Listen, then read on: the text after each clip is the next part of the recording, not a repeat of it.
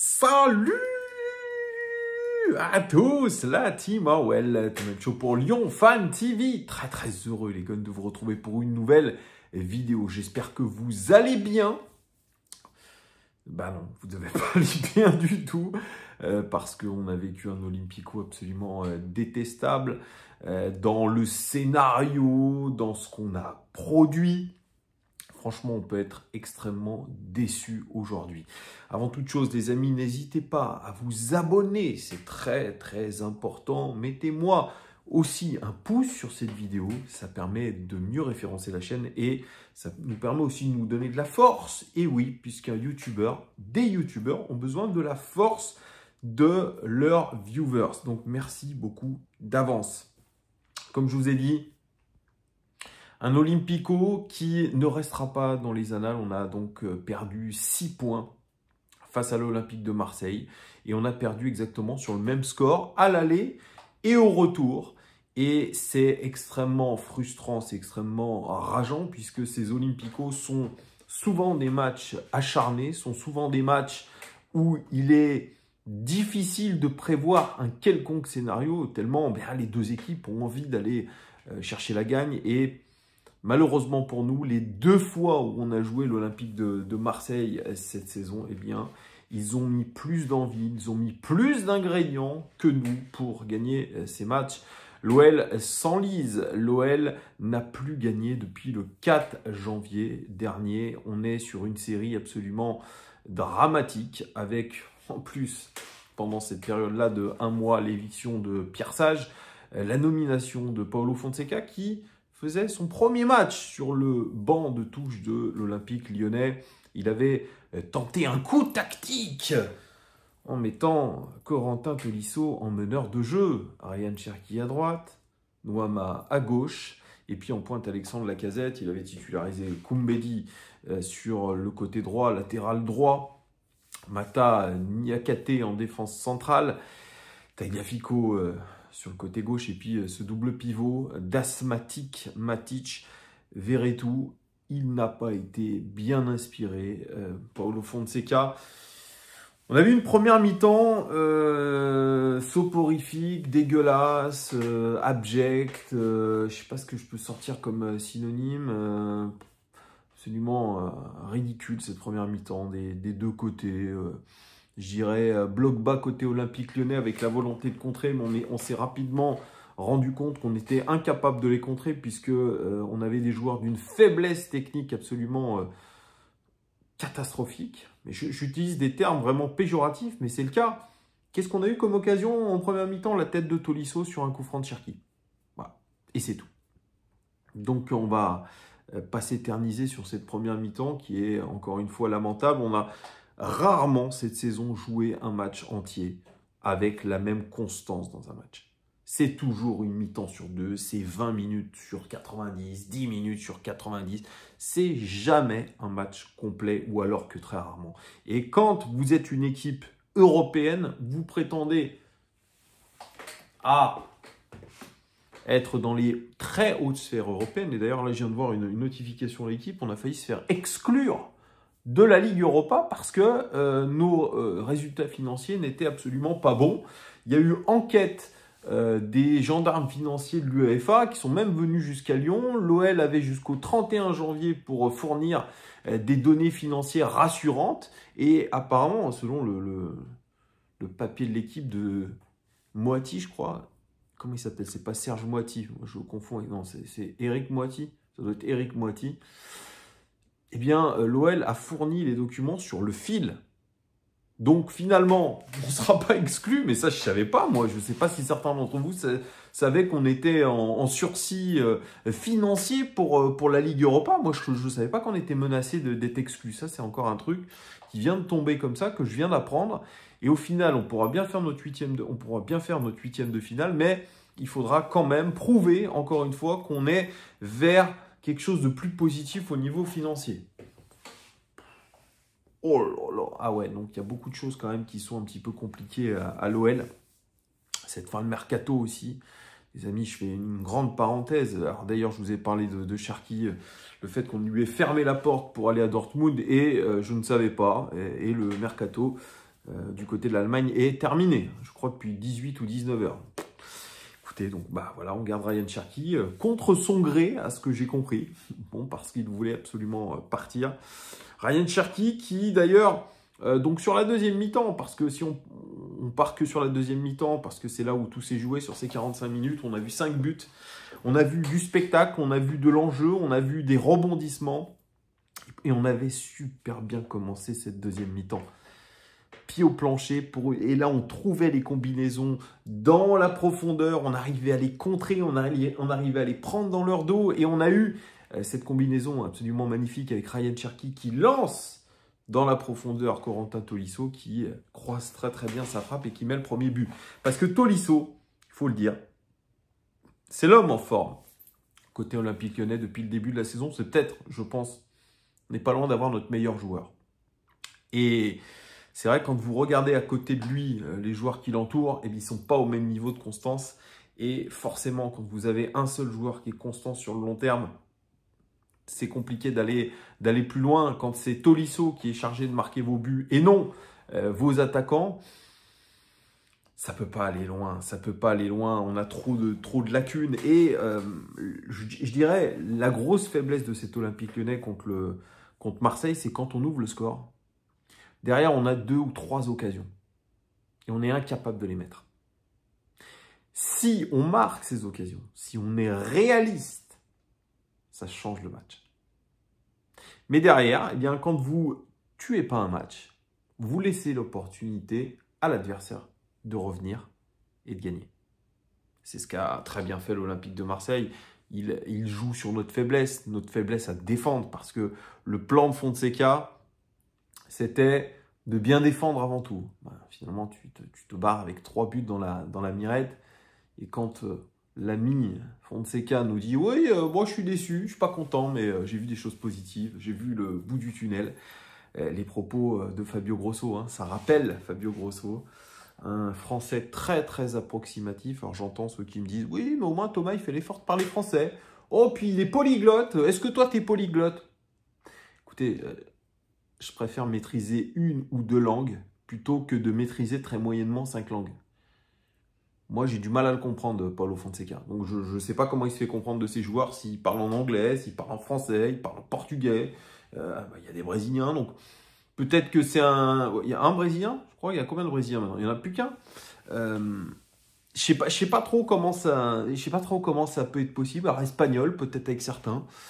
Une espèce de mélange de langues. Mais en tout cas, quand il parle aux journalistes, que ce soit en conférence de presse, là où les questions d'après-match sur Wellplay, bon, j'ai pas bien compris le fond de sa pensée. En tout cas, il voit des choses positives. Il dit qu'on va bien travailler parce qu'on a le match contre Reims, on a 1 semaine pour travailler. Le chantier est quand même absolument énorme, parce qu'aujourd'hui, c'est surtout un problème de confiance. Quand vous prenez ce premier but marseillais, cette égalisation... la frappe contrée de Gouiri, vous n'avez personne sur votre côté gauche. On a quand même été 2 fois, on a pris un but qui vient parce qu'il n'y a pas de marquage sur notre côté gauche, le côté Tagliafico, Nouama, je ne sais pas ce qui s'est passé, tout le monde était dans l'axe.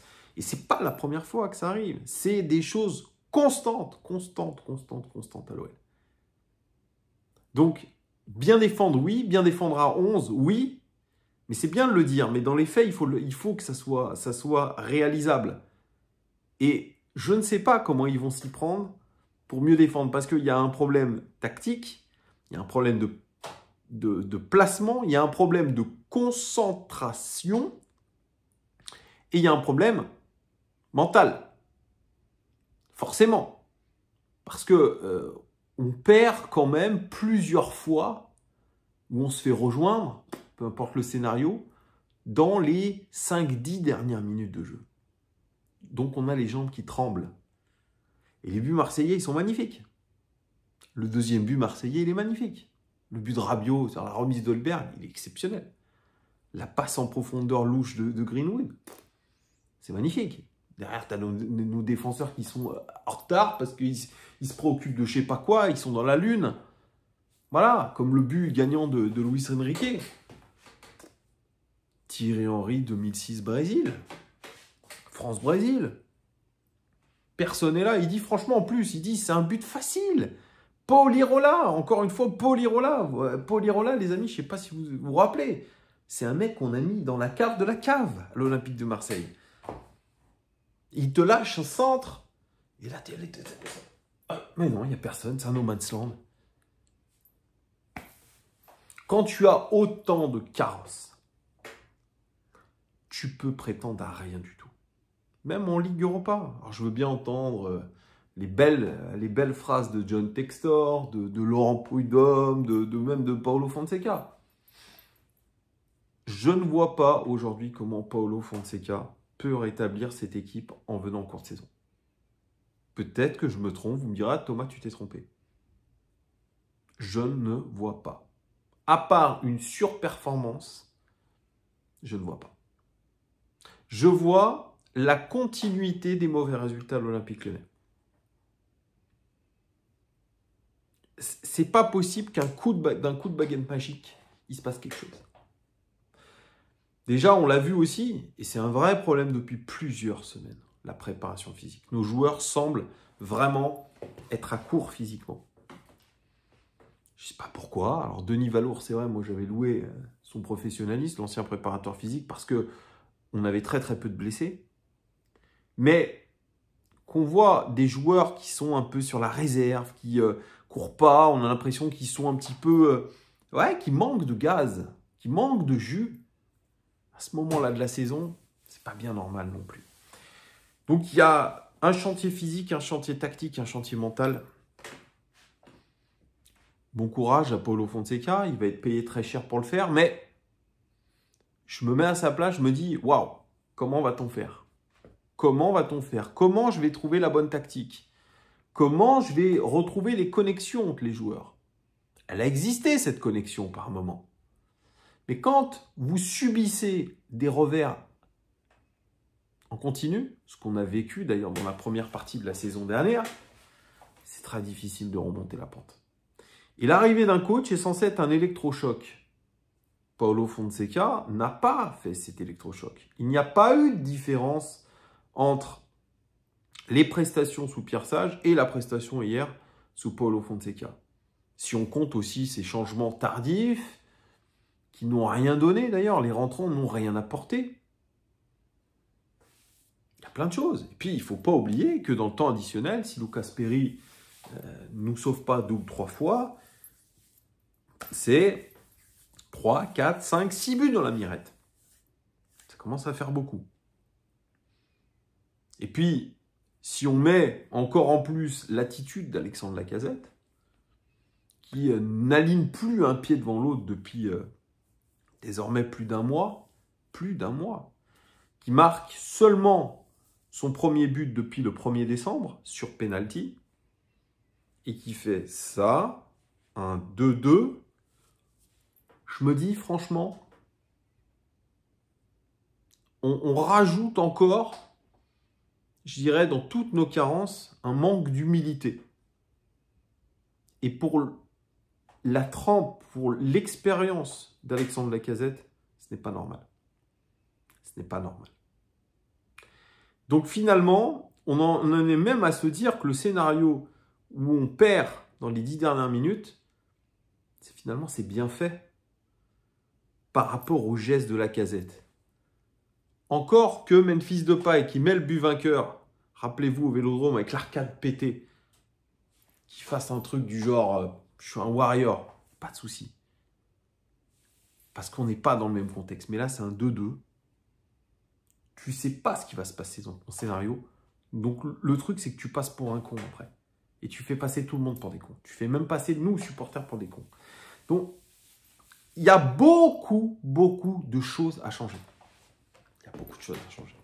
C'est pour ça qu'on parle d'un chantier qui est énorme. D'un chantier qui est titanesque, qui est quasiment un chantier de l'impossible. Pourtant, dans l'effectif, tous ne sont pas des mauvais joueurs, on a des bons joueurs. Mais il faut réussir à réarticuler tout le monde. Comment la machine est arrivée à se gripper à ce point après le match contre le Paris Saint-Germain? Ou je vais peut-être même être plus précis, après le match contre Francfort. Ou je vous rappelle que le clip, le réel sur Instagram du compte officiel de l'Olympique Lyonnais, c'était l'état d'esprit de guerrier de nos joueurs, les actions de guerrier.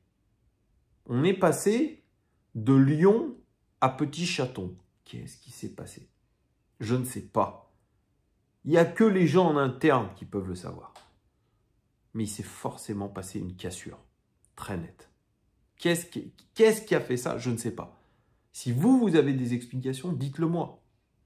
Mais franchement, aujourd'hui, j'ai du mal à être positif. Je ne vois pas aujourd'hui des raisons d'être positif. Et je vous le dis, la vérité d'un jour n'est pas la vérité du lendemain dans le football. Peut-être que dans 2 semaines, vous me direz, Thomas, tu avais tort de ne pas faire confiance à Paulo Fonseca. Je ne fais pas aujourd'hui confiance à Paulo Fonseca. Parce que je sais qu'il ne va pas relever notre équipe. Mais la responsabilité, elle n'incombera pas à Paulo Fonseca. Elle incombera plus haut. Laurent Prudhomme, John Textor. Et évidemment, toute la garde rapprochée. Mathieu Louis-Jean, Daniel Congré et tutti quanti. Donc pour l'instant, les amis, on n'est vraiment pas sorti de l'auberge. On peut juste simplement se dire que c'est la fin du mercato et qu'on a évité d'être éliminé de la Ligue Europa et on a failli être écarté financièrement. Et ça, c'est très grave. N'hésitez pas, les amis, à mettre un petit pouce, à vous abonner et mettez-moi en commentaire. Dites-moi si vous êtes d'accord avec moi. Donnez-moi votre ressenti par rapport à cet après-classico. Bisous à tous. Ciao.